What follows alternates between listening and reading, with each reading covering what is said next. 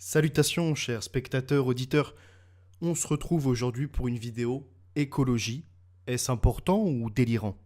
Je tenais à vous remercier particulièrement pour la précédente vidéo, l'entretien que j'ai eu avec Documents Rares et Inédits.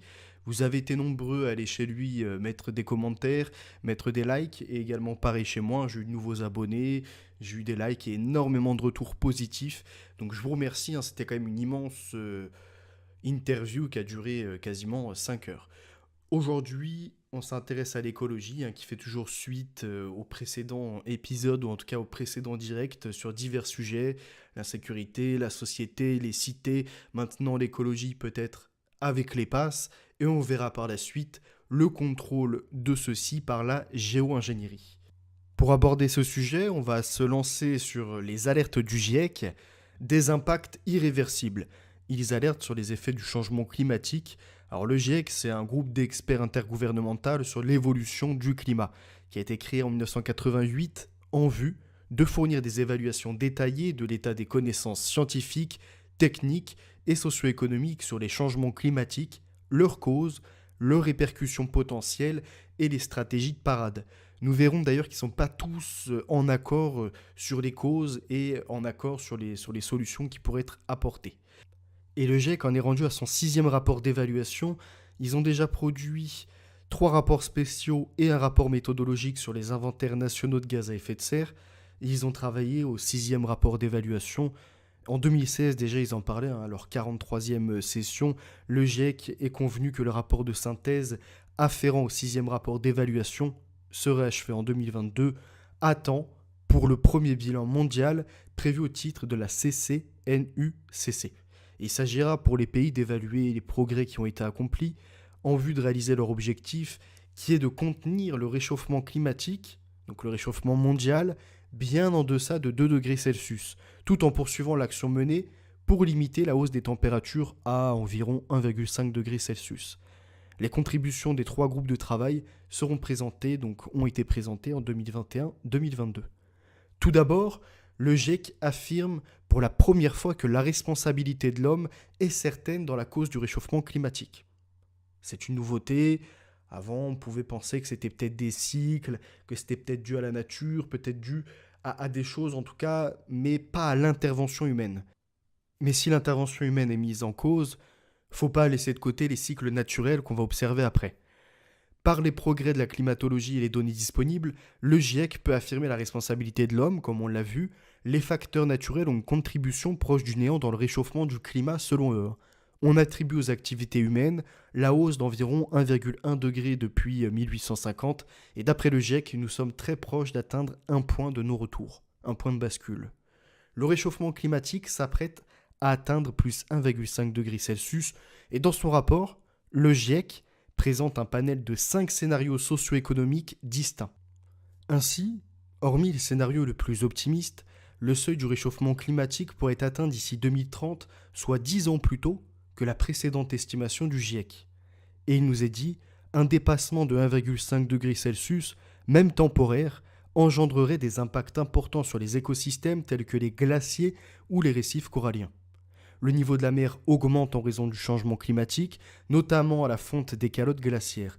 D'ici 2050, 1 milliard de personnes pourraient vivre dans des zones côtières à risque, et ce chiffre pourrait doubler d'ici 2100 avec le scénario le plus pessimiste qui laisse penser à une hausse de plus d'1 mètre du niveau de la mer. Depuis 1900, le niveau de la mer a augmenté de 20 cm et pourrait continuer d'augmenter de 20 cm supplémentaires d'ici 2050. Environ 900 millions de personnes qui vivent aujourd'hui à moins de 10 mètres au-dessus de la mer pourraient donc se voir délocalisés, devoir déménager par rapport au danger que représenterait cette montée des eaux. Les émissions de méthane augmentent de façon inquiétante. Ces émissions contribuent avec le dioxyde de carbone, le CO2, on va le voir après avec son arnaque qui suit au niveau européen, comme les principales causes du réchauffement climatique. Cependant, le potentiel néfaste des émissions de méthane est 84 fois supérieur à celui du CO2. Le rapport fait part d'une augmentation d'émissions de méthane de 6% au cours des 10 dernières années. Par ailleurs, lors de la COP26, un accord a été trouvé pour baisser de 30% les émissions de méthane entre 2020 et 2030. À l'heure actuelle, 111 pays sont signataires, l'Inde et la Chine manquent à l'appel malheureusement, Et dans la donne mondiale, c'est bien ces deux pays qui ont le plus d'importance, même s'il y a les Américains d'un autre côté. Mais c'est bien la Chine et l'Inde par leur population, par rapport à leur terrain, au niveau de leur terre, ça représente des milliers de kilomètres carrés. C'est bien ces gens-là qui ont une forte émission de dioxyde de carbone, mais surtout d'émissions de méthane. Les principales sources d'émissions de méthane sont les décharges et incinérateurs, l'extraction et le transport de pétrole et gaz, les activités agricoles, les mines de charbon, etc. Le GIEC alerte des impacts catastrophiques pour les hommes. Les experts estiment que la moitié de la population mondiale, soit entre 3,3 et 3,6 milliards de personnes, en tout cas aujourd'hui, sont déjà très vulnérables aux conséquences du changement climatique. C'est l'un des 10 chiffres chocs du deuxième volet du 6e rapport d'évaluation du GIEC. Ainsi, la baisse de l'efficacité des puits de carbone, l'extinction des espèces, l'augmentation des maladies, les pertes agricoles sont entre autres les exemples des conséquences qui découleront du réchauffement du climat. Le GIEC appelle à l'adaptation totale pour répondre à l'urgence de la situation et à l'union de tous, gouvernement, secteur privé, société civile, pour y parvenir.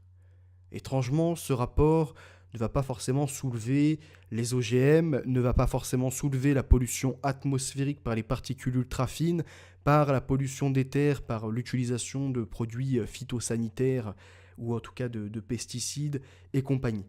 Ils vont soulever, mais rapidement, le problème, c'est surtout l'humain, c'est surtout son comportement, le fait qu'on soit trop nombreux et compagnie. Donc nous, on va examiner un peu les détails de ce dérèglement climatique et on va se pencher sur les causes après. Climat, le nouveau rapport du GIEC est une alerte rouge pour l'humanité.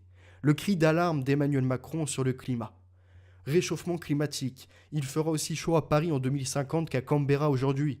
Climat, 5 rapports du GIEC, 5 chiffres alarmants. Ça, ce sont des titres des médias, voyez, à différentes périodes, 2017, 2014, 2019, 2021, qui inquiètent la population. Et puis, après, on passe à autre chose. Et viendra le moment où, par les passes climatiques, sanitaires et compagnie, on va accuser le citoyen lambda d'être à l'origine de tous les maux. C'est-à-dire d'être finalement un réservoir à virus, d'être un pollueur, de ne pas respecter l'environnement, d'émettre du CO2 et compagnie et compagnie.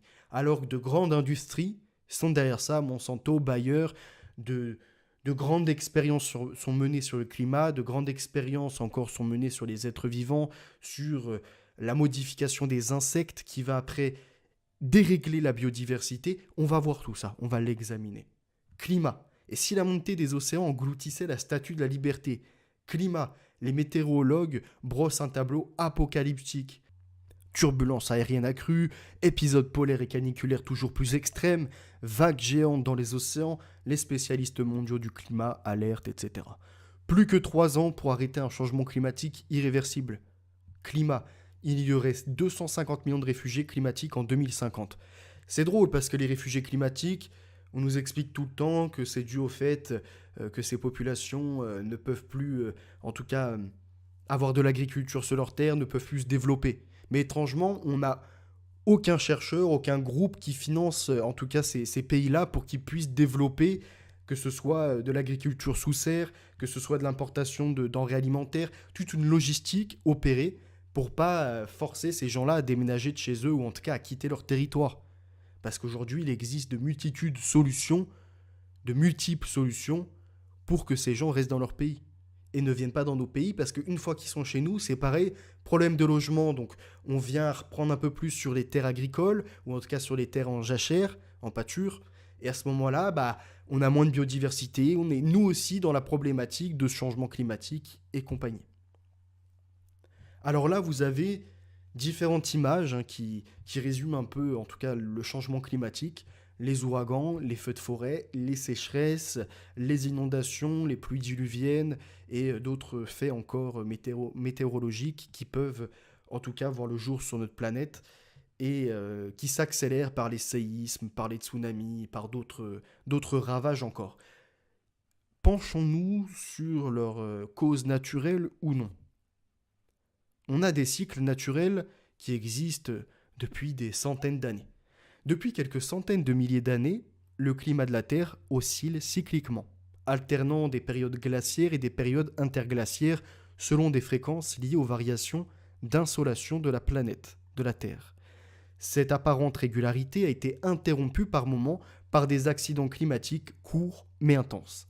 Les événements de Heinrich, les oscillations de Dasgard-Hotchger, le Younger-Dryas, le coup de froid intervenu il y a 8200 ans, donc c'est l'événement climatique 8,Ka qu'on avait observé dans la civilisation de Çatalhöyük. Depuis une dizaine d'années, plus d'une centaine d'articles ont été publiés sur le sujet. Plusieurs ont proposé des hypothèses pour tenter d'expliquer ces anomalies. À l'heure actuelle, il n'y a toujours pas de consensus dans la communauté internationale, hormis peut-être maintenant cette actualisation du GIEC par son 6e rapport qui dit que tout est à cause de l'homme. Alors, les détails, il faudrait les obtenir. Qu'est-ce qui est à cause de l'homme ? Est-ce que c'est à cause des industries agrochimiques ? Est-ce que c'est à cause des agricultures intensives qui ne respectent pas les terres pour faire toujours plus de rendement, toujours plus de capitalisme, toujours plus de nourriture de moins bonne qualité ? Et comme ça, en moins bonne qualité, pour obtenir les mêmes nutriments, on est obligé d'après de prendre des compléments alimentaires, de se booster avec d'autres médocs et compagnie, parce que notre système immunitaire, il devient fragile. Hein. Donc la vie peut rentrer dans les ordres marchands. Cet article, en tout cas, donc c'est un article que j'avais récupéré, hein, qui faisait le point sur les découvertes majeures et les hypothèses émises récemment sur le sujet. Et je vous ai mis un graphique où vous voyez, au fur et à mesure du temps, en tout cas, les périodes où on a pris plus ou moins de 2 degrés, et après on a perdu plus ou moins de 2 degrés. Des cycles naturels. Alors il y a quelques années, on nous a alerté sur le trou dans la couche d'ozone, on entend un peu moins parler aujourd'hui, et ce trou dans la couche d'ozone, on va voir que oui, c'était l'intervention humaine, mais c'était pas l'intervention des humains lambda qui vont leur travail, qui consomment, qui font leur petite vie. Non. C'était encore une fois un lobby agrochimique qui causait des dommages. Le trou dans la couche d'ozone est découvert en 1985. En 1987, le protocole de Montréal a été adopté afin d'éliminer les substances appauvrissant la couche d'ozone. On va voir après quelles sont ces substances. Tous les 4 ans, l'ONU, Organisation des Nations Unies, Environnement, établit un rapport afin d'évaluer son état. Selon le dernier en date, donc là vous voyez, hein, c'est une information récente du 20 janvier 2023, donc selon le dernier en date, sa reconstitution est en bonne voie. La proposition d'injecter des aérosols stratosphériques, particules de soufre, afin de lutter contre le réchauffement climatique, par la géo-ingénierie, qu'on abordera dans une prochaine vidéo, pourrait approfondir le trou dans la couche d'ozone. Donc les apprentis sorciers qui sont en train de nous dire, comme Bill Gates avec Scopex, qu'on verra en fin de direct, qui nous disent oui, en fait, il faut tout simplement épandre, alors que ce soit par les avions ou par des ballons, en tout cas qui montent dans la stratosphère, des particules de soufre. Donc c'est pas des particules qui vont tuer l'humain, qui vont tuer les animaux et tout ça. Non, des particules de soufre, les mettent, ça forme une sorte de voile nuageux, et à partir de là, il n'y a plus d'émission du soleil. Ce qui va réduire l'effet, en tout cas l'effet de serre. Ça, c'est ce qui est escompté. Sauf que, quand on part le soleil, on empêche les plantations, les arbres et compagnie de consommer le CO2 pour le transformer en oxygène. Alors, à ce moment-là, on aggrave la problématique. Et en plus de ça, on voit ça pourrait aggraver le trou dans la couche d'ozone. L'augmentation de l'oxyde nitreux, le N2O, du méthane et les concentrations de CO2, les éruptions volcaniques et les incendies géants, la fréquence accrue de lancement de fusées civiles menacent aussi la couche d'ozone. Alors les fusées civiles, ou en tout cas les fusées qui sont envoyées dans l'espace, envoyées dans la stratosphère régulièrement par Elon Musk pour mettre un internet ultra connecté, pour surveiller la planète, et qui nous emmène tous les déchets, tous les détritus de ces satellites qui se mettent pas bien en orbite, on en a. Après, on a également les incendies géants. Alors, on va s'y intéresser après, voir si ces incendies qui ont lieu sur toute la planète sont naturels ou d'origine criminelle, et qui a un intérêt à faire monter cette émission de CO2 par les incendies notamment. Alors, face à ce phénomène global, qui est d'une extrême gravité, les pays industrialisés ont adopté un traité international qui est le protocole de Montréal en 1987, qui fait suite à la Convention de Vienne de mars 1985. Ce premier prévoyait de réduire la production de CFC, du chlorofluorocarbone, de moitié pour l'an 2000 et est entré en vigueur en 1989. Cependant, Avec l'urgence du problème, il est décidé en 1990, avec l'amendement de Londres, puis celui de Copenhague en 92, l'arrêt total de la production du CFC pour l'an 2000, donc du chlorofluorocarbone. Il a également été amendé en 95 à Vienne, en 97 à Montréal et en 99 à Beijing. Là, vous avez des images de la couche d'ozone, en tout cas de la planète et de la couche d'ozone. Alors, vous avez une distribution d'ozone mesurée chaque année, à la fin de l'hiver, entre le 1er et le 16 mars, par l'instrument YASI, à bord du satellite METOP, et les couleurs du jaune au rouge indiquent les régions où les concentrations d'ozone sont élevées, les couleurs bleues indiquent des concentrations 2 fois plus faibles, 2011 et 2020. On a d'autres éléments qui rentrent en compte dans ces dérèglements climatiques et en tout cas dans cette problématique de l'environnement, c'est les pollutions. Les maladies associées à l'exposition des nanoparticules, comme je vous le relevais tout à l'heure, qui peuvent agir aussi sur notre biologie, qui peuvent nous dégrader le cerveau, les poumons, le système circulaire, le cœur, les autres organes, le système lymphatique. Là, vous avez un petit schéma à l'écran qui est disponible aussi dans mon livre et qui est tiré d'un centre d'études. Je vous ai mis quelques images, en tout cas quelques titres avec pollution de l'air, la crise sanitaire cachée. Les particules fines présentes dans l'atmosphère sont responsables de 40 à 100 000 morts par an en France. Ah, c'est beau de s'exciter, Covid, la piqûre, passe climatique, ne sortez plus, etc. Mais là, on parle de particules fines émises, donc les puffs, notamment les particules ultra fines, et d'autres particules encore qui sont liées dans l'environnement, par les industries, par, oui, l'automobile, par les transports et compagnie. Lyon, des mesures de restriction mises en place face à la pollution de l'air. Est-ce que bientôt on va nous dire, si tu sors de chez toi alors que le pic de pollution est atteint aujourd'hui, plus de 15 minutes, ça sera une amende. Plus d'1 heure, tu perdras par exemple ton avantage sur ton assurance maladie ou d'autres mutuelles. On peut voir loin, on peut voir large, on peut ratisser en tout cas. Donc, sensibiliser les citoyens à la qualité de l'air. De plus en plus, avec ces capteurs et ces smart cities, dont je vous ai parlé dans un précédent direct, les smart cities, c'est les villes intelligentes, les villes connectées avec des appareils, des capteurs. Et là, on les a. Ces capteurs, notamment micro-capteurs de pollution de l'air que vous voyez en bas à droite, qui est AirLab, qui les teste dans les villes pour mesurer le taux de pollution. Et là, on nous parle, notamment à Donge, de sensibiliser les citoyens. C'est comme tout, d'abord sensibiliser, puis après punir. Les pollutions de nos cours d'eau aussi qui existent, nos rivières regorgent de produits toxiques qui bouleversent la biodiversité.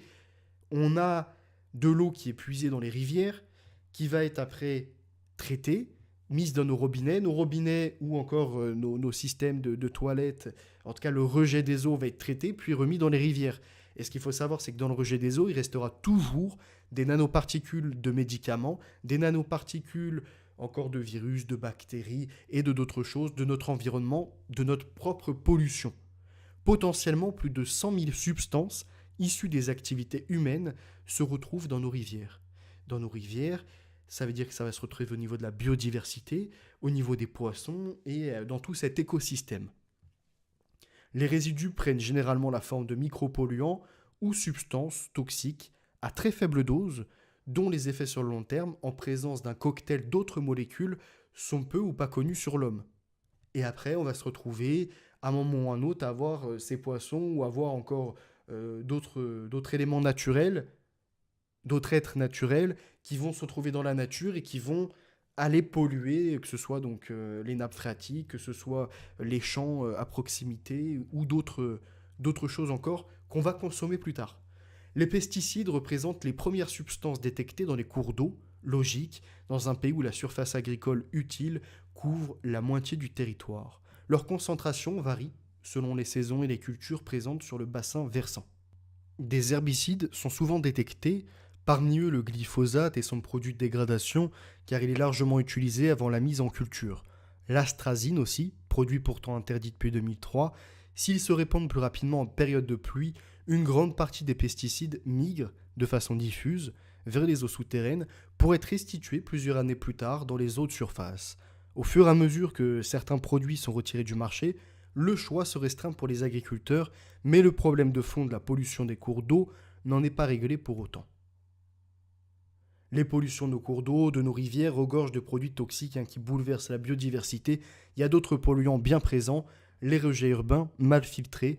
Source majeure de contamination, les rejets urbains des industriels et des particuliers rejoignent finalement les cours d'eau. Eau, de nettoyage chargés de détergents, plastifiants, solvants, eau des douches, avec leurs produits d'hygiène, voire même excrétion via les chasses d'eau, avec des médicaments, des hormones, de la caféine. Ah, c'est intriguant, ce moment où on a de plus en plus de sectes, de lobbies qui interviennent dans les écoles pour dire aux enfants, aux plus jeunes, vous pouvez changer de corps, hein. Après tout, t'es peut-être pas un garçon, t'es une petite fille. Ou t'es pas une petite fille, t'es un garçon. Alors boostez-vous d'hormones. Ces individus-là, comme tous les autres humains, utilisent les cycles d'eau, donc vont aller aux toilettes, et on va avoir de plus en plus de résidus de ces prises d'hormones, en plus de celles qui sont déjà administrées aux animaux. Et ça sera la source d'un prochain sujet, d'un prochain direct, notre alimentation, le côté agroalimentaire avec ses risques. Alors au niveau après des médicaments, c'est pareil, il y a une surconsommation de médicaments, d'antibactériens et compagnie. Alors la caféine, ça c'est autre chose, je pense que ça peut être un peu moins dérangeant pour le climat. On a des stations d'épuration pourtant d'une efficacité qui sont croissantes, qui laissent passer un grand nombre de composés. À ces eaux usées s'ajoutent les rejets d'eau pluviale, chargés de particules atmosphériques et de polluants présents dans l'air. Ils ruissellent sur les routes, les toitures, entraînant des hydrocarbures et des métaux lourds, cadmium, plomb, zinc et compagnie. On connaît le glyphosate depuis les années 70, lorsqu'il fut introduit par Monsanto avec la commercialisation du Roundup. Depuis, d'autres glyphosates sont apparus, portant différents noms et répondant à diverses formules chimiques en fonction des adjuvants utilisés pour les élaborer. Ces herbicides figurent parmi les plus utilisés en agriculture. Les raisons en sont multiples: simplicité d'utilisation, coût modique, action sur certaines voies métaboliques de la croissance des végétaux qui n'existent pas chez les animaux. Quoique la toxicité des glyphosates ne fait pas de doute, de nombreuses controverses existent quant au degré de cette toxicité sur les différents organismes vivants et sur l'environnement. Cette toxicité dépend non seulement du type de la formulation du glyphosate, mais aussi des facteurs environnementaux tels que la température, le pH, la nature et la structure du sol, ainsi que les sédiments en suspension et la concentration en algues alimentaires, dans le cas en tout cas des milieux aquatiques. Les effets toxiques sur la faune s'avèrent plus importants que sur les plantes. Des études de toxicité menées sur les rats ont démontré que si les glyphosates Roundup, le plus connu des glyphosates, n'a pas induit d'effet toxique visible sur les femelles en gestation, il a eu un effet négatif sur la fertilité des mâles, notamment des anomalies au niveau des spermatozoïdes et une baisse de la fertilité.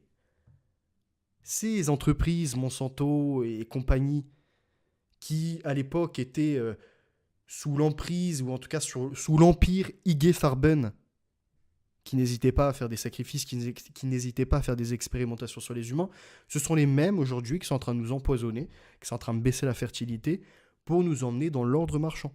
Celui, finalement, où pour se reproduire, on doit passer par la technique, par les scientifiques. Celui où pour se nourrir, on n'a plus les graines naturelles, étant donné que leur fertilité est coupée, et qu'en plus de ces OGM, organismes génétiquement modifiés, avec le côté transgénique, on vient ajouter un ADN différent de la plante, ou en tout cas on vient lui sectionner un ADN pour y ajouter un autre, pour qu'elle soit plus productive, qu'elle résiste mieux à des sécheresses, ou qu'elle développe son propre insecticide.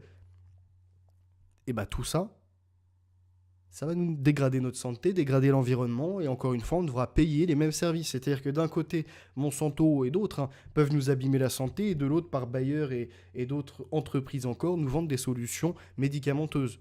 Et des médicaments qui, bien évidemment, ne sont plus comme à l'époque issus de plantations, issus de plantes, mais qui sont issus de formules chimiques, qui sont issus de laboratoires, où seules ces personnes possèdent les brevets, comme sur le vivant. D'autres expérimentations conduites notamment sur les grenouilles ont démontré que les adjuvants, c'est-à-dire les composants autres que le principe actif entrant dans la composition du Roundup, avaient des effets négatifs, notamment sur les hormones thyroïdiennes de grenouilles.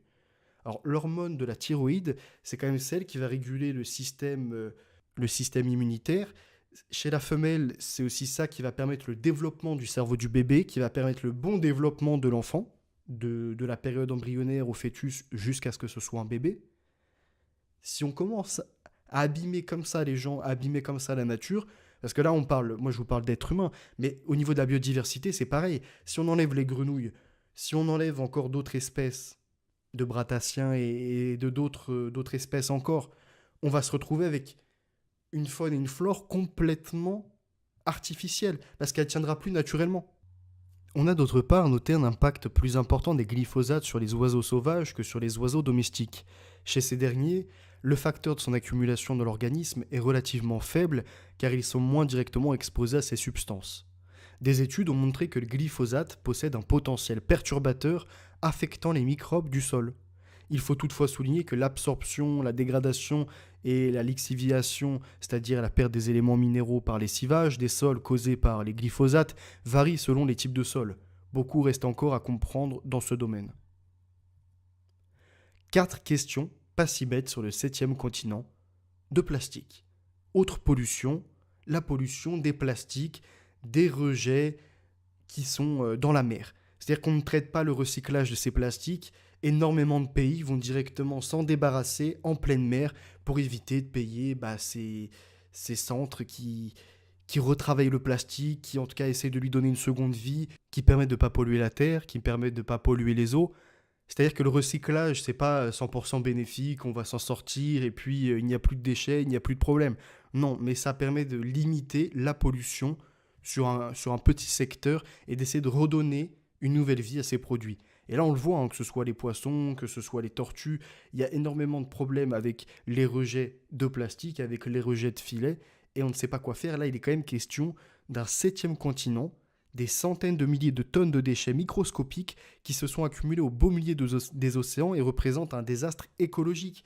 Parce que ces plastiques-là, au fur et à mesure des années, vont commencer à se désintégrer et ils vont se retrouver en microparticules, puis en nanoparticules, se retrouver dans les poissons, se retrouver également dans les crevettes et dans tous les fruits de mer, et nous allons les consommer.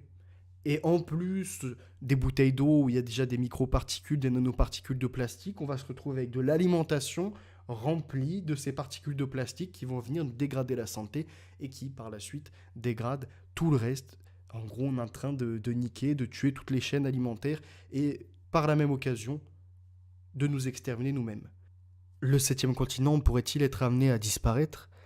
L'intercepteur 007 vient de rejoindre la flotte de l'organisation Ocean Cleanup, un projet non lucratif visant à débarrasser les océans de leurs déchets plastiques. Une mission ardue aux subtilités nombreuses et inattendues.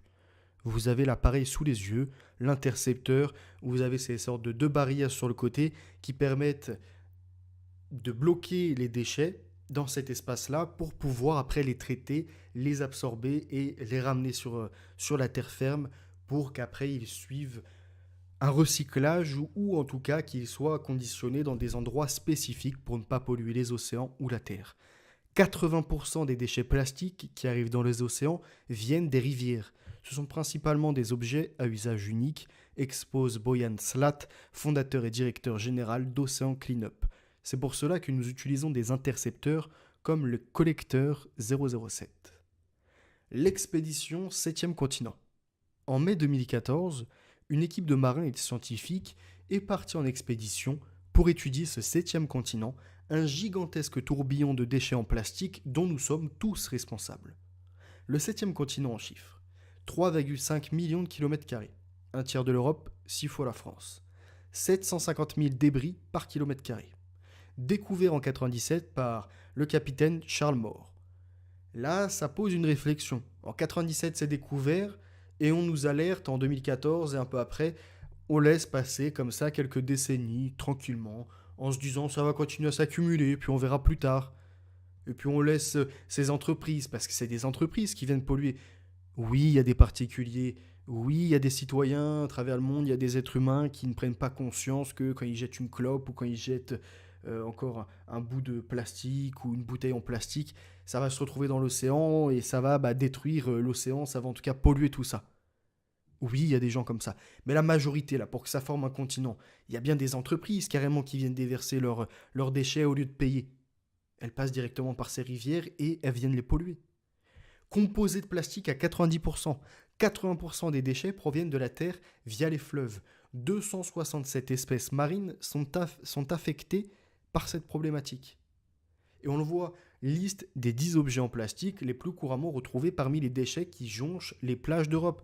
Parce que certaines fois, par les courants marins, ça revient sur les plages, en tout cas ça revient sur les bords de la France ou de d'autres pays. Donc on a des filtres de mégots de cigarettes, on a les restes de ballons et de leurs tiges, on a des gobelets et leurs couvercles, on a des récipients alimentaires, des couverts, des pailles, des bâtonnets, des cotons-tiges, des produits d'hygiène, des paquets de chips, emballages de bonbons, des bouteilles de boissons, des sacs et compagnie. Alors, ce qu'on peut voir, c'est qu'il y a un grand effort qui a été fait, c'est les gobelets, les couverts jetables. Maintenant, ceux qui sont disponibles ne sont plus en plastique, mais en bois. Parce que je trouve ça, en tout cas, je trouve ça plutôt correct, intéressant d'avoir ces couverts en bois, parce que même s'ils sont jetés dans la nature, au moins, ils se dégraderont et retourneront à un cycle plus naturel. Ils ne viendront pas polluer comme ça, comme le plastique qui est fait à partir de l'industrie pétrochimique.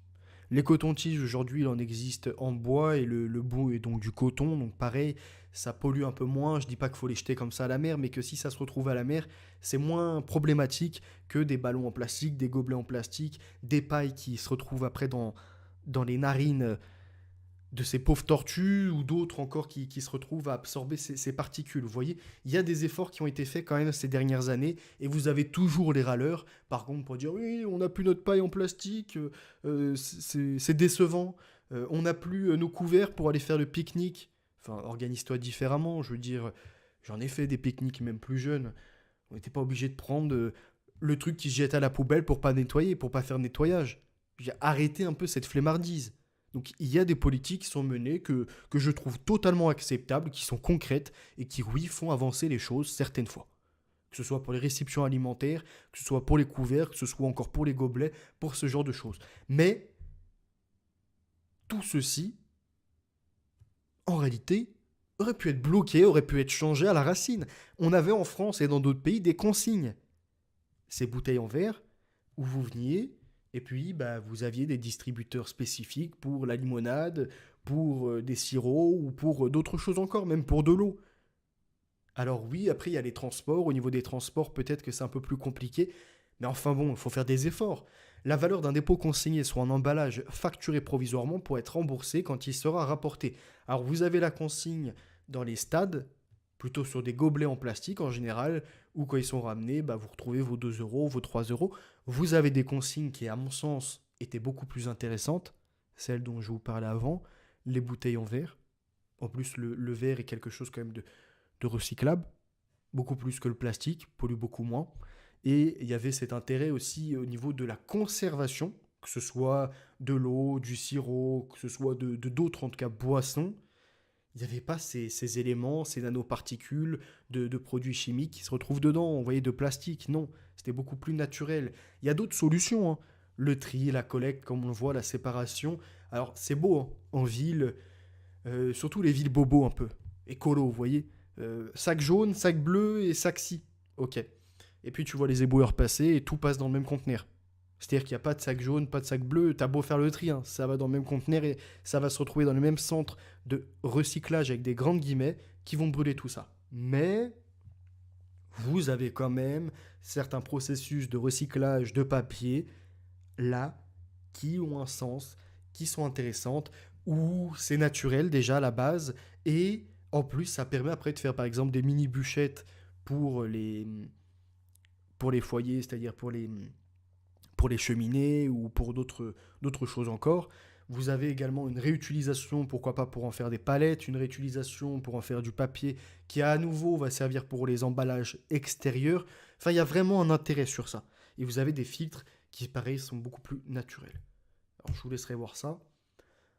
Et on a d'autres techniques. Le greenwashing, qui est employé par les grandes entreprises. C'est-à-dire que non, on va pas se mettre à faire des choses correctes pour la nature, pour nos clients, on s'en fout de leur santé. C'est pas ça qui nous intéresse. Nous, c'est l'argent qui va être récolté, l'argent qu'on va faire. L'argent, l'argent, l'argent. L'humain, derrière, on s'en fout. Qui développe des maladies, qui développe des problèmes, on s'en fout. Qu'il y ait des problèmes dans la mer, dans l'environnement, on s'en fout. ce que c'est l'argent. Donc le greenwashing ou éco-blanchiment est une technique de marketing utilisée par une organisation dans le but de se donner une image écologique trompeuse. C'est-à-dire que tu vois un emballage vert et tu as l'impression que comme les autres articles bio qui respectent l'environnement, qui ont revu leur emballage, sont pareils, sont dans la même couleur, bah tu te fais avoir. Les entreprises qui font du greenwashing mettent en avant les préoccupations environnementales qu'elles sont loin d'avoir dans leur pratique. L'argument écologique est donc utilisé de manière trompeuse et en plus, des fois, pour augmenter le prix de leurs produits. Ils ont juste changé la couleur de l'emballage et le produit a pris 10 ou 20 centimes. C'est une forme de publicité mensongère. De nombreuses entreprises font du greenwashing pour améliorer leur image. Cela se trouve dans plusieurs secteurs comme la mode, la cosmétique, l'agroalimentaire ou l'automobile. Alors, je vous ai mis en bas à droite quelques exemples. Vous avez Bonux, McDo, Ajax. Oui, il suffit seulement de revoir l'emballage et non pas le produit, mais seulement ce qui va le contenir pour donner une impression de changement. Sur l'emballage ou la présentation d'un produit, plusieurs indications peuvent nous mettre sur la piste d'une publicité mensongère qui utilise des faux labels ou encore des arguments douteux. Alors vous savez, c'est pareil, le produit français. Alors qu'en fait, le tissu étranger, l'assemblage du tissu, c'est pareil, ça a été fait à l'étranger, mais par contre, au moment où ça a été rapatrié en France, il y a l'emballage final qui, lui, s'est trouvé en effet situé, produit dans une entreprise, en tout cas dans des locaux français. Et donc, on a pu poinçonner Made in France. On a également l'utilisation de la couleur verte pour faire croire au caractère naturel de son produit, l'utilisation de photos de paysages, de nature, de forêts, de plantes. Oh, c'est beau ça. Mais en fait, non, c'est rien de tout ça. La présence de faux labels, des labels qui sortent de nulle part, que personne connaît, 100% naturel, 100% français, 100% si, qui légitime en fait une marque sur ses pratiques. L'utilisation du champ lexical de la nature, de l'innocence, de l'amour, fait avec amour, naturellement vôtre, pour les produits, surtout de l'agroalimentaire qui détruisent notre santé. Donc le fabriqué en France, dont je vous parlais il y a quelques secondes maintenant, arnaque Made in France. Fabriqué en France, et en fait après on voit certifié agriculture de l'Union Européenne. Ou encore fabriqué en France, viande de porc origine Union Européenne.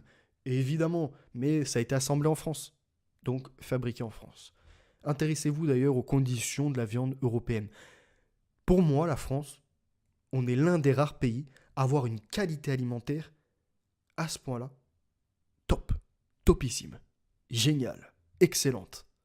On rayonne d'ailleurs à travers le monde pour ça, et là, aujourd'hui, on laisse nos agriculteurs de côté, on laisse nos éleveurs, on fait en sorte de ne pas dépenser un denier pour financer ces agriculteurs qui veulent finalement faire du bio, et non de l'élevage intensif, et non de l'agriculture intensive qui aurait été tue nos terres. Non, on préfère dépenser...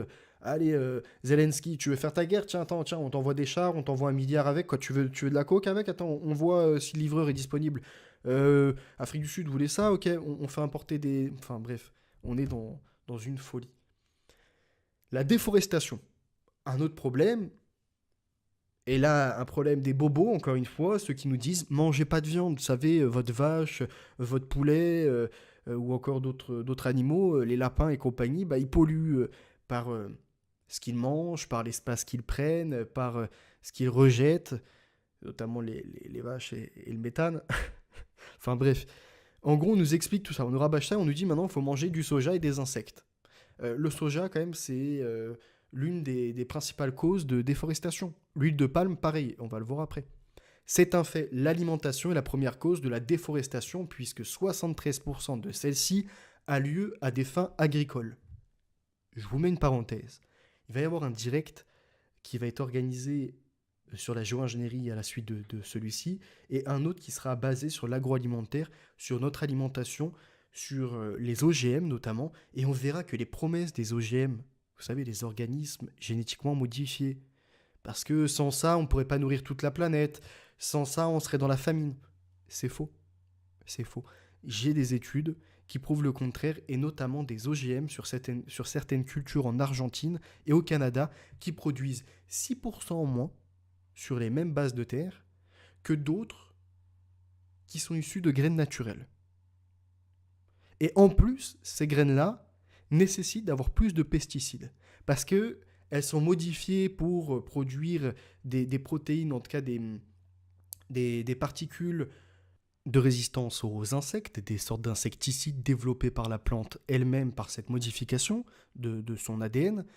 Et là, les insectes qui se retrouvent face à ceci, donc qui vont consommer la plante ou qui vont se retrouver face à cet insecticide qui est créé, qui est produit par la plante, vont, dans un premier temps, disparaître. Donc on aura besoin de moins de pesticides, mais au fur et à mesure, ils vont développer une résistance. Un peu comme on l'a vu avec les personnes qui abusent des antibiotiques. Et à ce moment-là, les bactéries se trouvent de plus en plus face à ces antibiotiques, développent des résistances, et il devient très difficile de lutter contre celles-ci, et même naturellement. Donc c'est-à-dire que les personnes qui n'ont pas abusé de ces pratiques se retrouvent avec des bactéries qui sont plus résistantes, et naturellement qui vont en tout cas les endommager de façon plus conséquente. Retournons dans l'article. C'est surtout vrai en Amérique latine, mais l'Europe est aussi concernée. Sur les 60% de produits agricoles destinés à l'importation, 10% partent en direction du vieux continent. Les importations européennes de soja, d'huile de palme, de bœuf, de bois tropical et de café auraient ainsi causé la déforestation de 3,5 millions d'hectares de forêt entre 2005 et 2017, expédiant au passage une biodiversité d'une rare richesse, puisque la forêt abrite 80% des espèces vivantes, ainsi qu'une capacité essentielle à stocker du carbone et à équilibrer nos écosystèmes. On a là l'une des énormes bases du dérèglement climatique, c'est-à-dire la déforestation, et que si on veut reprendre les devants et si on veut vraiment lutter, c'est pas par des passes sanitaires, mais c'est bien par de la reforestation. Replanter des arbres. Faire en sorte que la biodiversité soit respectée. Délimiter ces terrains et interdire tout ce qui sera de la production massive sur ces terres, en plus d'une même culture.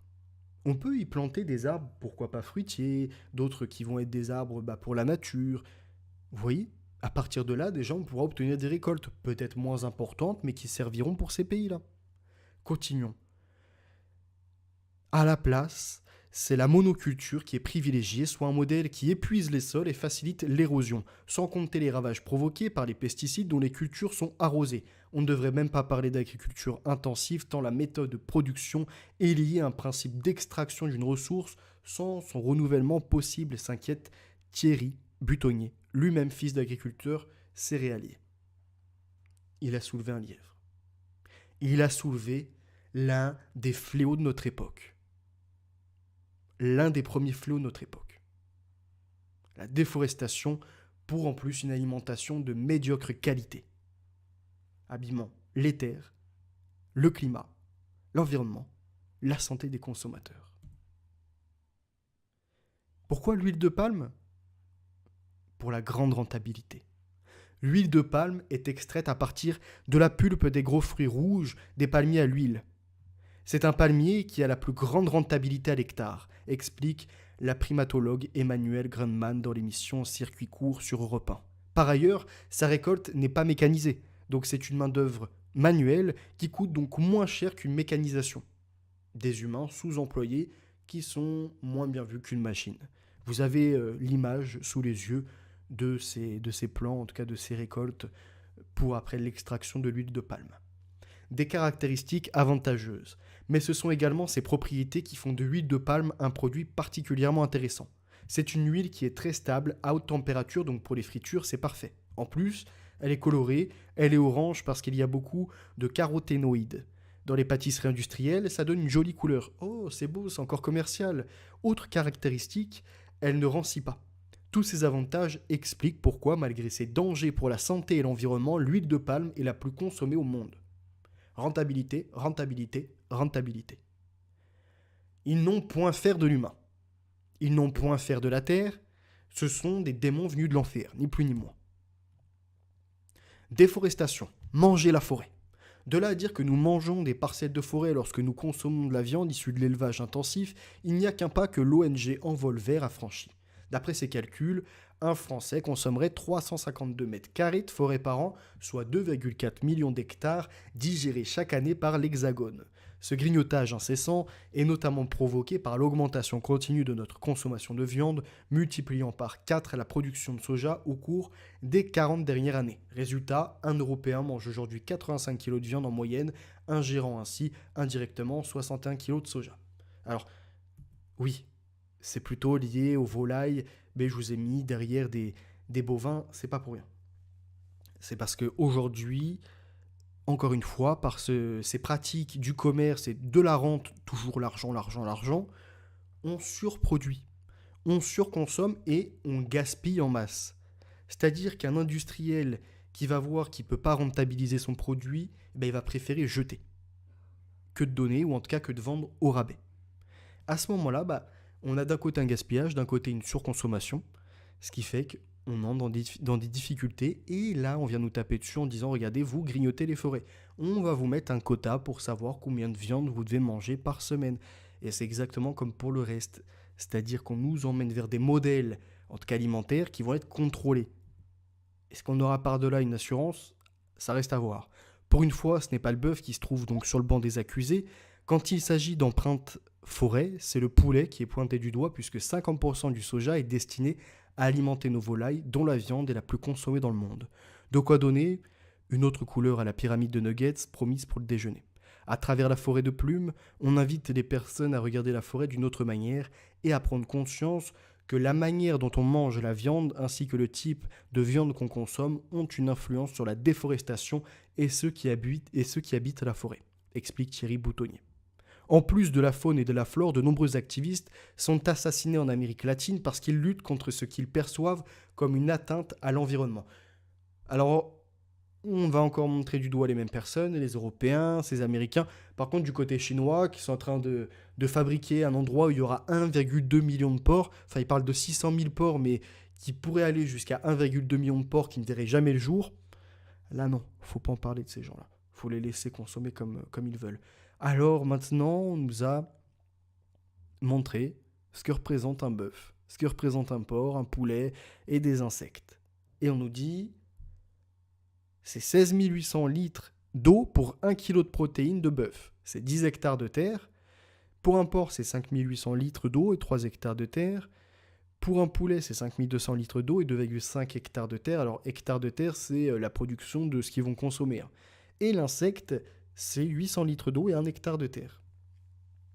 Alors vous voyez, la meilleure source de protéines, au niveau de l'environnement et de la consommation d'eau, c'est l'insecte. Oh tiens, mais c'est pas ce vers quoi on nous emmène avec l'Union Européenne et dans d'autres pays d'ailleurs. Manger des insectes, c'est bon pour votre santé, c'est le taux de protéines qu'il vous faudra. On va se retrouver à consommer comme dans Soleil Vert des sortes de barres protéinées qui n'ont même pas de goût, si ce n'est les additifs qui sont ajoutés, une sensation d'odeur, de goût, de poulet, de ce que vous voulez. Regardez, c'est comme dans les techniques, vous avez le greenwashing, pour la technique de c'est naturel alors que non, on respecte l'environnement alors qu'on n'en a rien à foutre, et vous avez les mêmes techniques de ça a le goût de la viande mais c'est pas de la viande. Ça a un apport protéinique comme la viande, mais vous n'aurez même pas le même impact environnemental. Près de 95% des prairies au pâturage sec ont disparu au cours des 100 dernières années. Je vous l'ai rappelé déjà, l'importance du pâturage, l'importance de ces terres en jachère aussi. Avec les données qui ont été publiées à propos des acides gras oméga 6 et oméga 3, nous pouvons en déduire que les bœufs nourris à l'herbe sont bien meilleurs pour la nutrition de l'homme que les bœufs nourris aux céréales. Et là, on n'a pas besoin d'importer du soja ou d'autres choses qui viennent à l'autre bout du monde. On les laisse sur des terres. Et il y en a des terres en France qui sont disponibles. Pourquoi on n'autorise plus, en tout cas pourquoi il n'y a plus cet intérêt pour des prairies et le pâturage? Ce que la nature offre naturellement, la vache elle va le consommer, on peut mettre des poulets à côté, etc. C'est pas un problème. Peut-être que le morceau coûtera plus cher, mais au moment où on va le consommer, il sera déjà de meilleure qualité et en plus, il apportera des oméga 6 et oméga 3. Même si la charge d'oméga 3 est minime, mais quand même. Dans les autres façons d'élever, dans les autres façons de produire la viande, on ne retrouve même plus d'oméga 3. D'après des chercheurs anglais, le lait et la viande contiennent en moyenne 50% d'oméga 3 en plus quand ils sont issus de l'agriculture biologique. Et on nous mène au crédit carbone.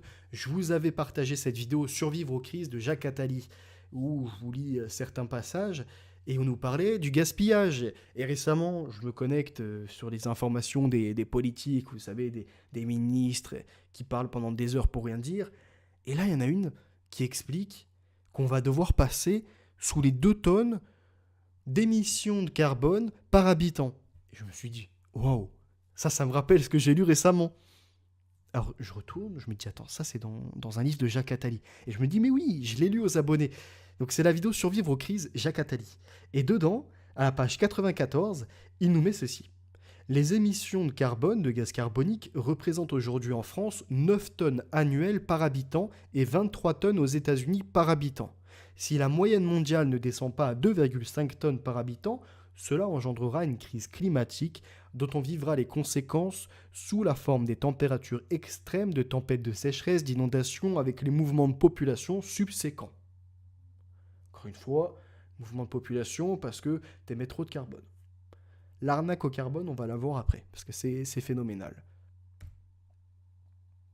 Crédit carbone. C'est ce vers quoi on nous emmène.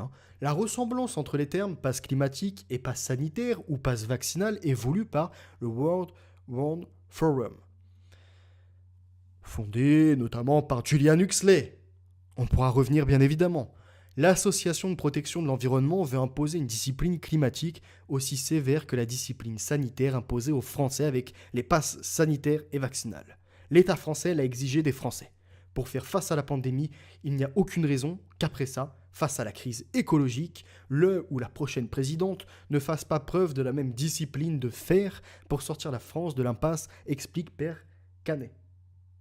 Ça vous rappelle pas le discours récent de Emmanuel Macron qui nous dit qu'entre guillemets il va resserrer la vis et qu'il va falloir faire très attention à notre consommation, très attention à notre comportement, qu'il va falloir en tout cas changer tout ça, parce que là on est des mauvais citoyens. On est les mauvais.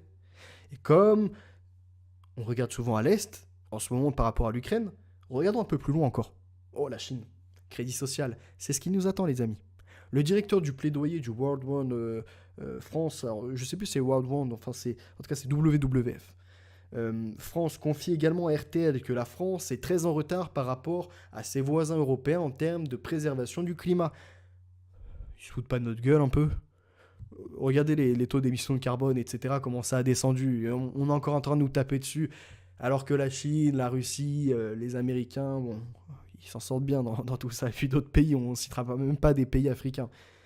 Il fait la comparaison entre la France, qui compte 6 salariés permanents s'occupant de la question du climat, et le Royaume-Uni, qui en compte 30 à son comité pour le changement climatique. Je vous parlais de Macron. Alors oui, je vous l'avais mis juste en dessous. Climat, pour Emmanuel Macron, la France doit doubler son taux d'effort pour réduire ses émissions de CO2 d'ici 2030. On est en 2023, je vous rappelle. Si vous aussi, vous souhaitez connaître l'impact de votre mode de vie sur le climat, le site de l'ADEME, Agence de l'environnement et de la maîtrise de l'énergie, vous propose de réaliser le calcul via nosgestesclimat.fr. Vous devrez ainsi répondre à des questions sur votre logement, sur les moyens de transport utilisés ou encore sur votre façon de vous alimenter. Le questionnaire de l'ADEME vous demandera aussi de dresser un bilan de votre usage du numérique et de celui concernant vos appareils électroménagers. Et là, je me suis dit, c'est dingue. Cette ministre, dont malheureusement je n'ai pas le nom en direct, ce qui me désole, qui est intervenue, alors il me semble que c'est sur RMC et sur d'autres chaînes, nous expliquant que de plus en plus, on va devoir faire attention à notre utilisation du numérique aussi. Si on est entre les lignes, consommer complotiste, c'est pas forcément essentiel. Vaut mieux regarder un documentaire émanant du gouvernement ou de ce qui est affilié au gouvernement, France Info, est ce que vous voulez. Si vous sortez des sentiers battus, attention, vous serez condamné ou dans un premier temps, vous recevrez une alerte.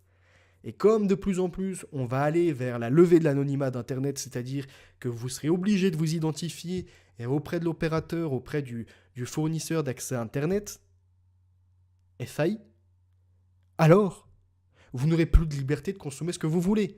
En plus, déjà, de la lutte contre la SEC, la Miviludes et compagnie.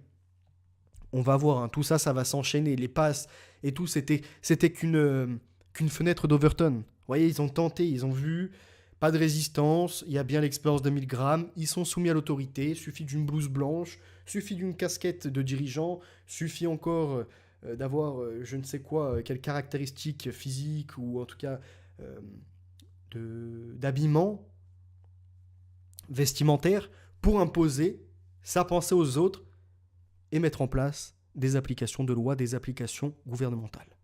Une fois votre empreinte carbone révélée, l'ADEME vous propose de mettre en place quelques moyens pour réduire votre quantité de GES, donc de gaz à effet de serre, et atteindre l'objectif fixé par la stratégie nationale bas carbone, à savoir pas 2,5 tonnes comme le disait Attali dans son livre, mais 2 tonnes de CO2 par personne, soit le niveau qui permettrait à la France d'absorber autant de gaz à effet de serre qu'elle n'en émet. L'empreinte carbone est donc un outil indispensable pour y voir plus, connaître les points améliorés et viser la neutralité carbone.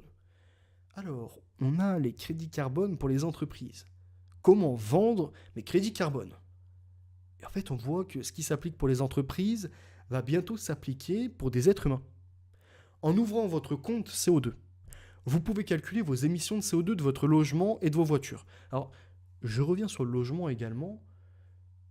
Les normes qui ont été imposées, qui sont drastiques avec les lettres, hein, un peu comme le Nutri-Score A, B, C, vous voyez, de plus en plus, c'est la gaminerie qui est mise en place. Vous n'êtes plus capable de savoir ce qui est bon pour vous, on vous met la lettre A, B, C, D, avec des codes couleurs, parce que A, B, C, D, c'est trop compliqué de comprendre que plus on va loin dans l'alphabet, moins c'est bon pour la santé. Ils en font de même pour le logement, avec la consommation d'énergie. A, B, C, D, etc. Alors, ils ne vous ont pas encore mis les codes couleurs, hein, si je me trompe.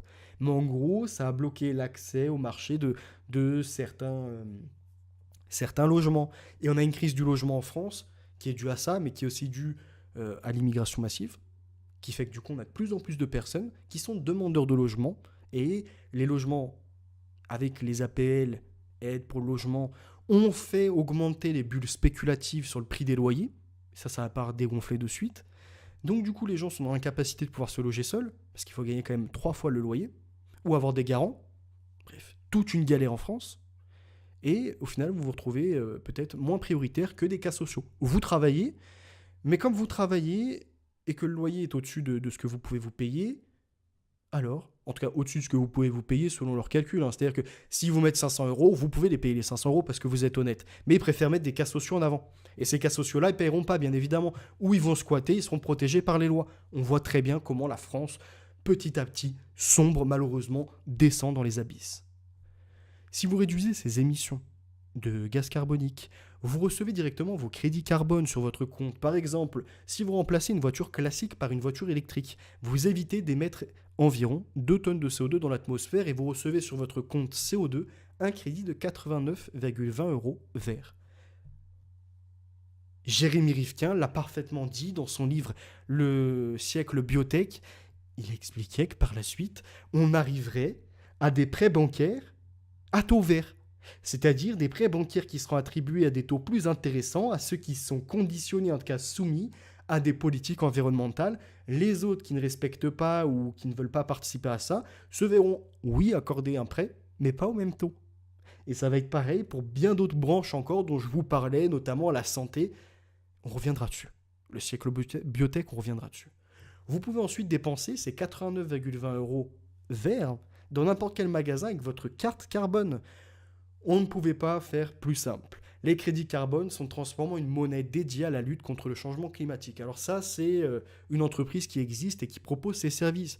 Mais on voit que ça gagne du terrain. Cette conversion de CO2 euros est possible grâce aux entreprises qui comprennent et qui compensent plutôt leurs émissions de façon volontaire en achetant vos réductions CO2. Déforestation, la plupart des crédits carbone, censés protéger la forêt tropicale, ne valent rien selon une étude. Les entreprises peuvent acheter des crédits carbone ou certificats pour compenser leurs émissions de gaz à effet de serre. Par exemple, en finançant des projets de reforestation ou de protection contre la déforestation, les arbres absorbant naturellement le carbone de l'air. Et vous vous doutez bien, par tous les montages financiers qui existent, qu'il est si simple en France et ailleurs dans le monde de monter une entreprise et d'avoir comme lieu qu'une simple boîte aux lettres pour monter de multiples entreprises et faire des arnaques à la revente de taux carbone, ou encore plus je m'en foutiste de ces gens-là, c'est-à-dire qu'il y a eu de créer des fausses entreprises, des entreprises fantômes. C'est la même méthode principale des grandes entreprises pour clamer qu'elles sont neutres en carbone. Vous savez, c'est le greenwashing un peu. On ne pollue pas, on n'émet pas de carbone, on participe à tout votre système parce qu'on l'a ratifié, on l'a signé, pour emmerder tous les gens après, on va augmenter nos prix bien évidemment, mais en fait non, ils réduisent pas leur impact de carbone dans l'environnement. Ces grosses entreprises, celles qui justement sont dans la partie de désastres environnementaux, non, ils ne seront pas emmerdés. Ceux qui vont être emmerdés, c'est nous. Mais la quasi-totalité des certificats de Verra sont probablement des crédits fantômes et ne représentent pas de réduction réelle des émissions, selon The Guardian. Le quotidien britannique a mené l'enquête avec le journal allemand Die Zeit et l'organisation non gouvernementale d'investigation Source Matérielle en se fondant sur plusieurs publications scientifiques. Vous avez Carbone, un film qui est excellent. Alors vous avez l'autre, le Marco Mouli, là, le guignol des plateaux télé, le roi de l'arnaque qui se vante de X et Y choses, alors que certainement que c'était juste un petit pion dans ce montage financier qui se goinfrait comme je ne sais quoi, et qui avait des liens étroits avec d'autres pays, bref, on va pas citer ça. On va surtout s'intéresser à cette arnaque carbone. Donc pour comprendre ceci, je vous invite à regarder le film qui est vraiment bien fait, mais on va l'aborder d'une façon différente, hein, comme on est sur ma chaîne. Comment fonctionne l'arnaque ? En un, vous avez des fraudeurs par le biais d'une société basée à l'étranger qui achète des droits à polluer hors taxe. En deux, ils revendent les droits à une entreprise basée en France en lui facturant la TVA. Le trésor public ne perçoit donc pas le montant de la TVA. Le montant de la TVA gagné est ensuite envoyé dans des paradis fiscaux réinvestis à l'étranger pour racheter des droits à polluer. À partir d'une somme, après, ils te revendent des taux de TVA directement. C'est-à-dire qu'ils te revendent des quotas pour polluer. On l'a vu, hein, les quotas pour polluer, c'est normalement censé être réinvesti pour reforester, pour prendre soin du climat, pour descendre tous ces effets de carbone. Et c'est pas du tout ça, c'est juste des montages financiers qui existent pour de très riches personnes qui sont initiées et qui se gavent du système. Et quand on nous dit que depuis l'affaire Marco Mouli et les autres, dont je n'ai plus forcément les noms en tête, c'est fini, c'est totalement faux. On sait très bien que ça continue, juste que les noms qui font partie de ces réseaux sont un peu moins cités.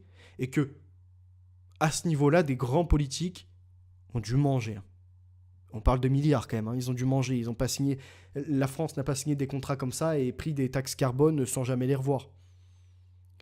La société située en Allemagne, donc là la société A, que vous voyez à l'écran, à droite, en Allemagne, vend un produit à la société B en France. Cette livraison intracommunautaire n'est pas soumise à la TVA. En deux, la société B est une société éphémère dite taxi, créée pour frauder. En fait, c'est une société fantôme, on va dire les termes. Elle revend le produit à la société C, que vous voyez également en France, et la société B devrait reverser la TVA, normalement, au trésor public. Mais sauf qu'avant de le faire, elle disparaît. Et elle récupère tout l'argent. En 3, la société donc C, hein, celle que vous voyez en bas, elle se fait rembourser par le trésor public la TVA payée à la société B. Et la société C revend le produit à la société A, donc la société qui est basée à l'étranger, en Allemagne ou ailleurs. Et en Allemagne, sans payer la TVA. Car c'est une nouvelle livraison transfrontalière permettant un nouveau tour de carrousel. On parle de l'escroquerie du siècle. L'arnaque à la taxe carbone a fait perdre à l'État au moins 1,6 milliard d'euros entre 2008 et 2009. Sur un an et demi à peu près, 1,5 milliard d'euros. Et ça, c'est ce qui est déclaré publiquement, hein. Grégory Zawi est considéré comme le pionnier à l'initiative de cette fraude. Il témoigne dans le documentaire Netflix Les rois de l'arnaque et s'est confié au micro de France Info. La première opération que j'ai faite, c'était en 2006 de mémoire. J'avais acheté pour 30 000 euros de quota carbone en hors taxe, sans TVA. Je les ai vendus et ils m'ont payé mes 30 000 euros plus la TVA, 36 000 euros en quelques secondes. En quelques secondes, 6 000 euros. Vous avez une autre image, hein. Donc, normalement, c'est censé pénaliser les entreprises qui polluent et récompenser celles qui ont fait les efforts. Donc, dépassement des émissions, vous avez à gauche qui va devoir acheter des quotas pour polluer sur le marché, et de l'autre, celle qui est récompensée, qui a moins pollué, et donc qui peut vendre et tirer un bénéfice de son effort environnemental. L'Union européenne a-t-elle son propre marché du carbone ? Oui. Le système communautaire d'échange de quotas d'émissions de gaz à effet de serre a été créé en 2005. 12 000 installations industrielles, raffineries, usines de ciment, de papier, représentant 45% des émissions de gaz à effet de serre de l'Union européenne, sont concernées. Elles reçoivent pour une année une quantité maximum de quotas d'émissions de gaz à effet de serre. Elles sont autorisées à les acheter ou à les vendre en fonction de leurs besoins, pour produire plus et de leur intérêt pour gagner de l'argent. Le plafond de quotas diminue régulièrement pour augmenter le prix du carbone, voire l'infographie. L'objectif de l'Union européenne, qui est la réduction de 20% des effets de gaz à effet de serre d'ici 2020 par rapport à celle de 1990, est presque atteint. Elle est à 19% environ. Quelles sont les limites de ces droits à polluer ? Ce résultat est bon en quantité, mais en qualité, est-ce efficace ? S'interroge l'expert.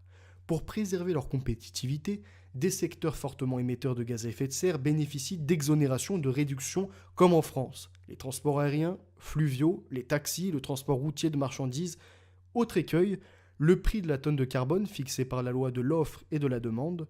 Mais comme au sein de l'Union européenne, jusqu'en 2012, donc vous voyez, on a vu l'arnaque, c'était 2008-2009. Donc jusqu'à 2012, ça a pu continuer tranquillement. Presque tous les quotas ont été attribués gratuitement. C'était gratos. Tu récupérais tes quotas, tu les revendais. Le coût du carbone était très bas, sous les 6 € la tonne en 2014. Cela ne donne pas aux entreprises le bon signal, celui d'investir pour rendre leur mode de production plus propre, commente Michel Colombier, alors que 70% des émissions de gaz à effet de serre sont le fait de 100 firmes. Peu investissent réellement dans la dépollution. Elles financent la plantation d'arbres, la création de puits de carbone, directement ou en achetant des certificats de compensation carbone aux résultats pas toujours garantis, tout en faisant du greenwashing, ce qu'on a vu tout à l'heure. C'est pour ça, dans mes directs, vous aurez toujours un ordre chronologique des faits pour comprendre la situation. Verra, Gold Standard, quels sont les labels disponibles pour les crédits carbone ? Là, vous allez voir, pour la compensation carbone, vous avez différents projets et différents opérateurs. Et il existe deux catégories de labels, ceux qui sont dits de compensation carbone à part entière, qui imposent donc un standard en termes de vérification et de suivi du projet, et d'autres sont dits de montage de projet, qui évaluent la gestion de projet, mais pas la réduction effective des émissions. Les labels les plus présents sur le marché européen sont Gold Standard et Verified Carbon Standard. Pour compenser leurs propres émissions de gaz à effet de serre, ou celles des activités de leur territoire, les collectivités peuvent développer ou financer des projets de réduction de gaz à effet de serre en achetant notamment des crédits sur le marché du carbone. C'est incroyable, on nous dit qu'avec nos deniers publics, les collectivités, elles aussi, peuvent se mettre comme les entreprises à acheter sur le marché du carbone. La collectivité peut créer une association pour gérer les crédits carbone. Les projets concernés doivent avoir un impact réel sur la réduction des gaz à effet de serre et leur taille doit permettre aux coûts de gestion et de transaction de rester limité par rapport au financement apporté par les crédits carbone. Ainsi, il peut s'agir de petits projets touchant des foyers ou des petits commerces, à condition de les regrouper au sein d'un programme pour atteindre une taille critique. Chaudière à biomasse individuelle ou collective, chauffe-eau solaire, biocarburant, lampes basse consommation, installation photovoltaïque ou éolienne, petite installation hydroélectrique. Les projets peuvent aussi relever des compétences publiques locales, gestion des déchets, compostage, combustion des déchets pour valorisation énergétique, récupération du méthane de décharge, etc. Utilisation de biogaz, création de bus en site propre, utilisation de véhicules hybrides ou électriques, efficacité énergétique des bâtiments publics ou de l'éclairage public. L'étude fournit de nombreux exemples de fonds en France ou à l'étranger. Qui a créé le label bas carbone ? Quel est son objectif ? Même s'il a été fondé en 2018, le label bas carbone a été rendu opérationnel à l'été 2020 grâce au groupe La Poste et I4CE, un cabinet spécialisé dans les stratégies climatiques. Ils ont insisté pour avoir un dispositif de compensation locale en France à la portée de chacun. L'objectif étant de permettre aux entreprises d'arrêter de compenser leurs émissions de CO2 dans d'autres pays. C'est l'outil français qui permet de compenser et qui s'inscrit dans la stratégie nationale bas carbone de la France pour 2050. Quelles sont les différences entre marché obligatoire et volontaire ? Le premier marché à être apparu est le marché obligatoire. Créé il y a un peu plus d'une dizaine d'années, il concerne seulement les entreprises les plus émettrices en termes de gaz à effet de serre. Ce sont donc des gros industriels, tels que les cimentiers, énergéticiens, qui sont concernés. C'est ce marché qui, après de nombreuses controverses, a été appelé le droit à polluer. Cette mauvaise presse est due au fait que certaines entreprises ont trouvé des moyens de compenser à très faible coût sans pour autant réduire leurs émissions.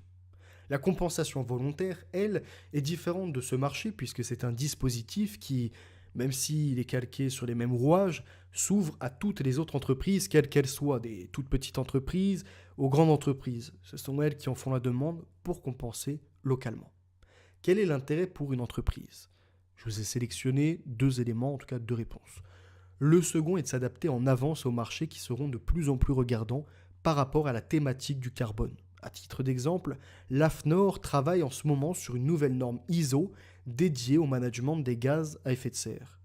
Exactement comme pour toutes les autres normes ISO sur la qualité de l'environnement, l'énergie, les entreprises auront le rôle d'imposer à leur chaîne de valeur d'être dans une démarche de management de leur émission de gaz à effet de serre. C'est l'ensemble de ces chaînes de valeur, à travers les partenaires et les fournisseurs, qui devront s'emparer de ce sujet.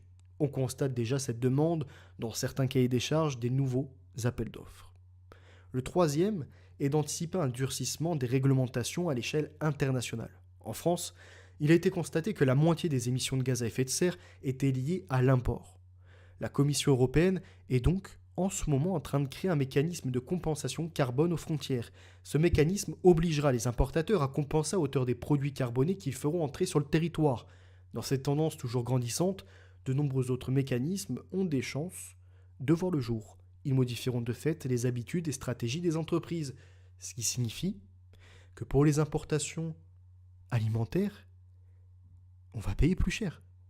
C'est pas les entreprises qui vont prendre ça en se disant bon ben on va payer plus cher la logistique, on va payer plus cher tout ce qui va être de l'importation, donc on reprend les coûts sur nous et puis on voit comment on s'arrange. Non, ça veut dire que les prix vont être à la hausse et que même pour des produits basiques et même pas bio, même pas français, vous payerez une blinde. Quand je dis vous, c'est parce que moi actuellement, depuis un bon moment, je suis dans une démarche de consommer 100% français, ou du moins tant que je le peux, sur la viande, sur les produits d'hygiène, sur les produits du quotidien, que ce soit les fruits, les légumes et compagnie. Il y a en effet encore des efforts à faire peut-être sur les vêtements et sur d'autres choses. Mais sur en tout cas tout ce qui concerne ma santé, ça c'est du français. Et ça a son importance. Ça coûte plus cher, mais on le sent en termes de qualité de vie. Quels sont les projets éligibles à la compensation carbone? Les projets éligibles à la compensation carbone sont multiples. Actuellement, les plus représentés sont les forestiers. Cela concerne les boisements de terres agricoles qui sont convertis en exploitation forestière. On parle aussi de boisements de parcelles qui ont subi des intempéries, qui ont été décimées par des parasites, voire par des incendies. Je vous parlais tout à l'heure des incendies et de l'importance qui a un intérêt à faire des incendies criminels en France ou ailleurs dans le monde. Ah bah peut-être ceux qui vont en posséder par les crédits carbone, qui vont pouvoir s'enrichir par la reforestation, par la mise en place justement de revente de droits à polluer, parce que leur forêt est partie en feu.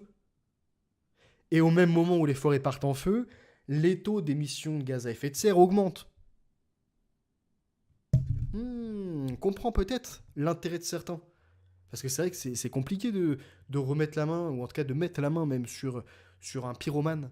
Or, il y en a qui le font, ça existe depuis des décennies. Mais quand on a vu s'accélérer là, ces derniers étés, et même en dehors des étés, des feux de forêt qui étaient déclenchés, et à chaque fois on me disait incendie criminel, mais la personne n'est pas arrêtée. C'est très compliqué de remonter à la source. Il y a peut-être un intérêt. Ah là, je fais mon complotiste. Je vous dis, c'est ma théorie. Je dis pas c'est acté, c'est sur papier. Je vous dis c'est ma théorie, c'est quand même étrange. Au moment où vraiment on est dans les situations de taxe carbone, on est dans les marchés où on peut revendre, où maintenant on peut même par ces parcelles de bois récupérer ces parties, ces quotas en tout cas à polluer, je m'interroge. Peut-être identifier à qui appartiennent les bois qui crament des fois aussi. Néanmoins, il existe d'autres typologies d'opérations, notamment dans l'agriculture, à travers des bonnes pratiques agricoles, dans l'élevage bovin, avec une multitude de pratiques d'élevage permettant de stocker du carbone, dans le secteur bâtimentaire, avec ce qui relève de la construction bas carbone, mais aussi dans le secteur industriel, avec des projets tels que la méthanisation, voire même des projets plus globaux en termes d'économie circulaire et de réemploi. En d'autres termes, multiples sont les projets éligibles à la compensation, et ceux-ci seront probablement de plus en plus nombreux. Je vous en parlais à l'instant, incendie en France, qui sont les pyromanes et pourquoi font-ils cela? Alors, en plus de ma théorie, on peut peut-être ajouter des personnes qui vraiment sont des activistes extrêmes dans le domaine climatique et qui veulent lancer l'alerte. Et pour lancer l'alerte, il faut du sensationnalisme aujourd'hui, voir des images chocs, que tout brûle, qu'il y a la chaleur, qu'on n'ait plus assez à manger, la famine, ce que vous voulez.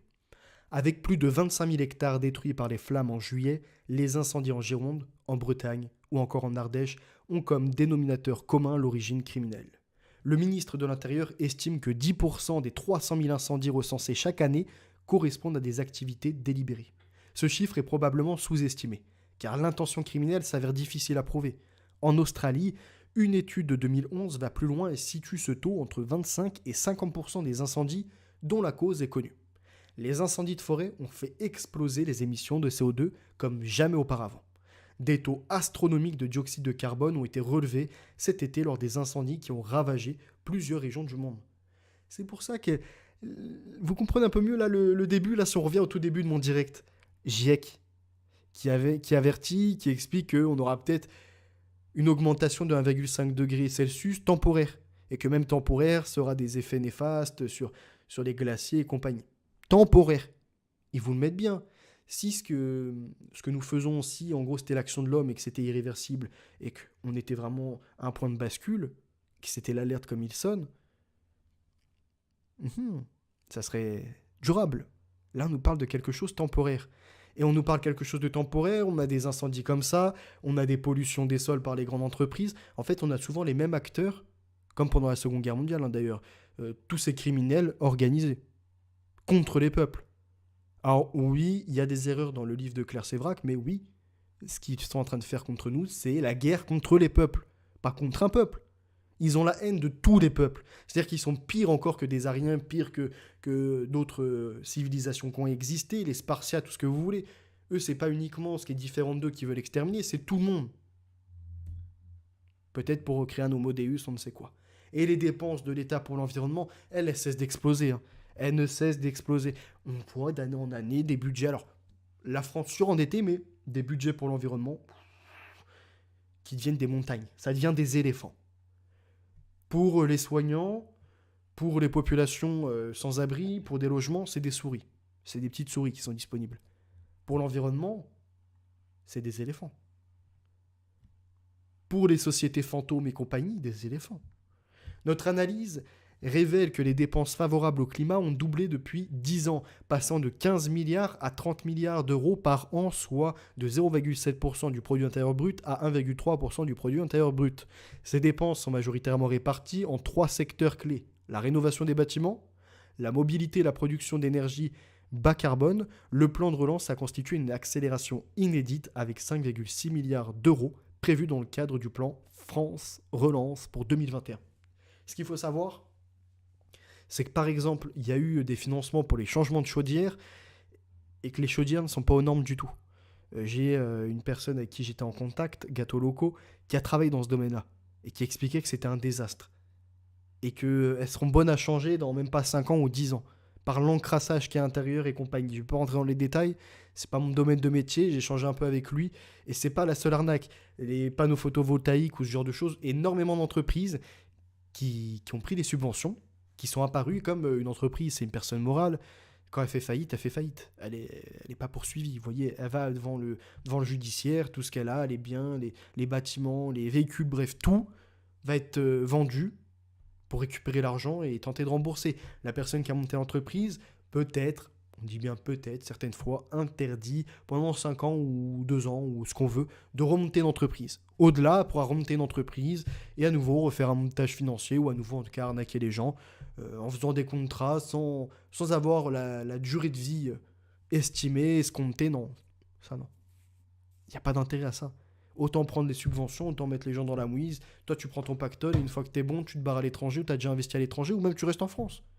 Après tout, c'est une condamnation de la personne morale. La personne morale, c'est une entreprise, c'est une société, c'est pas un être humain. Donc, elle fait faillite. Oui, mais derrière, il y a 50, il y a 100, il y a 200 lésés. Ils se retrouvent à ne pas avoir leurs travaux finis ou avoir financé. On s'en fout. Voilà ce qui se passe. Quand t'as pas des grosses maisons mères derrière, ils s'en foutent. Et l'État, pendant ce temps-là, a donné des subventions. Donc, en plus de ça, les gens, ils se sont fait baiser la gueule, mais ils ont payé pour ça de 2 façons. par le contrat qu'ils ont souscrit avec l'entreprise, mais aussi par leurs deniers publics qui ont donné des subventions à cette entreprise. Vous voyez un peu, je suis actuellement en train d'essayer de me pencher sur les finances de la France, c'est-à-dire sur ses recettes et sur ce qu'elle dépense. C'est tellement opaque, je suis arrivé sur les sites des gouvernements là. La transparence, elle est où là-dedans? Elle est où? Il va falloir comprendre comment est redistribué l'argent. On peut s'énerver, hein, à faire des manifestations, à sortir, oui, Macron, démission, ce que vous voulez, ça sert à rien. On peut faire des directs sur Internet. Alors, c'est l'apocalypse. On peut faire plein de choses comme ça. Mais oui, oui, on peut, de jour en jour. Je suis lassé, non. Vous voyez bien, là, ce que je vous propose depuis des semaines, c'est constructif. Interview constructive avec documents rares et inédits, des lectures de livres, des directs qui sont très bien construits, avec toutes les sources que vous pouvez retrouver, des enquêtes, des recherches, c'est ça. Et je dis pas que c'est mon métier, vous voyez, c'est ça la pire des choses. C'est que moi, à côté, j'ai une vie. À côté, j'ai ma petite vie avec des amis, j'ai ma vie avec la famille, j'ai ma vie au travail. De temps en temps, je fais une pause, parce que je fais des contrats intérimaires, donc de temps en temps, j'ai un peu plus de temps libre pour produire, ou pour lire, ou pour m'instruire.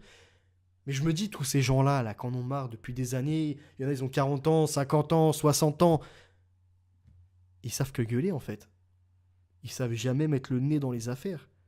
Que ce soit au niveau agroalimentaire, au niveau de la médecine, au niveau des expériences médicales, au niveau de l'histoire, au niveau de l'argent, au niveau de non, ils savent que gueuler. Ils sont d'un ridicule au final. Parce qu'ils se retrouvent avec d'autres personnes encore plus ridicules qui font des petites danses en manifestation. Contre Macron. Allez, la main droite en l'air, la main gauche en l'air. Et puis voilà. Et ils vous font des trucs enfantins. Et moi j'ai travaillé dans les bureaux, les personnes qui ont bac+2, bac+3, elles ont des raisonnements enfantins. C'est-à-dire que oui, ça peut être par exemple pour des femmes des mères de famille, pour des hommes des pères de famille, mais leur niveau constructif d'analyse, il est misérable. Et donc ces gens-là, ils gagnent 2 000, 3 000 euros par mois, ils en ont rien à foutre. Pour l'instant, ce qu'ils voient, c'est leur petit chez eux, il n'y a pas de... Mais quand il va y avoir les quotas, quand il va y avoir les passes, quand il va y avoir ces obligations-là à respecter, ça va être les premiers à affoler. Parce que là, ça va les concerner. Là, ils vont crier. Mais ils vont crier pourquoi? Ils n'ont plus les capacités cognitives pour comprendre ce qui se passe. Bref, continuons, on arrive bientôt à la fin du direct. À travers les nombreuses évolutions, on peut distinguer 3 faits marquants. La première est l'augmentation des aides pour le bâtiment, donc comme on l'a vu à partir de 2014, suivi de nombreuses réformes après 2017 pour en améliorer l'efficacité et les recentrer sur les ménages modestes. La seconde est l'augmentation des aides pour la mobilité bas carbone avec l'augmentation de la prime à la conversion et du bonus automobile à partir de 2018, malgré une efficacité climat parfois discutable. C'est ouf, c'est ouf. Bah oui, parce que ces véhicules électriques, il faut bien des batteries qui utilisent des terres rares, des minéraux, qui se retrouvent où? Ah, dans des terres africaines ou des terres chinoises, et donc on exploite des êtres humains par des entreprises qui veulent faire du bénéfice sur ça, pour soi-disant l'écologie, et au final on voit les désastres que ça crée. Et ne parlons même pas au niveau de la production électrique. Parce qu'il y en a qui veulent plus d'énergie nucléaire. Et qui pensent qu'avec le photovoltaïque, on va alimenter tous les... ou l'hydraulique, ou ce que vous voulez. Hein. On va alimenter tous les bâtiments. On va alimenter tout ce qui est des réseaux maintenant informatiques et compagnie. On va également pouvoir alimenter les transports. Mais ils sont dans quel film, ces gens-là? Puis le rachat de la dette SNCF en 2020. La troisième est le soutien aux énergies renouvelables, électriques, éoliennes, solaires, sur la décennie, avec plus récemment un essor du biométhane ou encore de l'hydrogène. D'ailleurs, c'est drôle parce que ces gens-là, enfin quand je dis c'est drôle, vous me comprenez, ces gens-là qui sont pour le photovoltaïque, c'est les mêmes qui demain seront pour la géo-ingénierie pour créer des couvercles nuageux. Si tu crées des couvercles nuageux, explique-moi comment tes panneaux photovoltaïques vont produire de l'électricité. Enfin, le monde, les valeurs sont inversées. Le monde est à l'envers. C'est incroyable. Au-delà de ces dépenses directes, l'État est aussi intervenu avec des recapitalisations d'entreprises, Areva, EDF, SNCF. Ouh, elle est belle celle-ci. Hein. La recapitalisation d'entreprises EDF, où on laisse des accords à Rennes nous endetter. Je crois que là, EDF, ils ont annoncé 19 milliards de pertes. Alors qu'on est quand même les plus compétitifs sur le marché européen. Il a aussi eu un recours accru à un dispositif extra-budgétaire, les certificats d'économie d'énergie, CEE, qui se retrouvent sur la facture des consommateurs d'énergie et dont le montant a dépassé les 5 milliards d'euros. Enfin, il a fait bénéficier certains secteurs et activités de niche fiscale, c'est-à-dire de taux réduits de taxation sur les carburants fossiles, dont le montant total dépasse aujourd'hui les 15 milliards par an. Quel est l'intérêt d'une entreprise à compenser localement plutôt qu'à l'étranger? Donc on revient sur compenser l'émission carbone. La grande différence d'une compensation locale, notamment en France, c'est le prix du tonnage. Lorsqu'on s'intéresse à l'international, il est possible d'acheter des crédits carbone dans des pays en voie de développement pour un prix bas, parfois 3 ou 4 euros la tonne. Au niveau des pays européens, il est plus courant de se retrouver face à des prix plutôt 10 fois supérieurs, 40, 50 euros, voire même 60 euros la tonne. Il serait donc tentant de compenser ces émissions dans d'autres pays. Mais la réalité est qu'il faut prendre un maximum de recul et être dans une démarche vertueuse d'un point de vue climatique. Pour avoir un réel impact écologique, il est nécessaire de compenser au plus près du point d'émission. Cela consiste donc à compenser local. De même, si une entreprise est implantée à l'étranger, elle peut avoir recours à des projets internationaux pour rester dans cette dynamique de compensation locale. Cependant, il est clair que les entreprises françaises doivent se tourner vers des projets labellisés bas carbone en France plutôt qu'à l'international. La raison est aussi d'éviter le greenwashing. L'aspect communication est d'autant plus important que cela paraît incohérent de compenser à l'étranger alors qu'on peut le faire dans son propre pays. Pareillement, l'objectif est d'éviter toute mauvaise presse. Là, vous avez à l'écran l'émission mondiale de carbone, donc de 1970 à 2018. Quels sont les pays qui pèsent le plus, ou en tout cas les parties du monde, les continents qui pèsent le plus? Les parties du monde, vous avez quand même la Chine, l'Asie hors Chine. Ça représente à peu près un peu plus de la moitié là. Et les États-Unis quand même aussi. Et nous, l'Union européenne, on a toujours été dans la stabilité, voire même on descend un peu. Et on nous emmerde encore, c'est incroyable. Au total, 200 milliards d'euros d'argent public ont contribué à la transition bas carbone entre 2012 et 2021. En 2010, la libéralisation du marché de l'électricité en France devait apporter la prospérité aux consommateurs. Le système ARENH, imposant à EDF de vendre à bas coût son électricité à ses propres concurrents, aura finalement surtout engraissé les spéculateurs. Comme pour la taxe carbone, ces marchés ouverts là. Vous savez, ces spéculateurs qui existent que sur papier, qui n'ont rien produit et qui devraient utiliser un peu de leur argent pour créer des parcs éoliens, des parcs de panneaux photovoltaïques, ce genre de choses. Ils ont investi 0 €, ils ne sont pas poursuivis judiciairement, ils ont même encore le droit de poursuivre leur contrat, de poursuivre leur engraissement.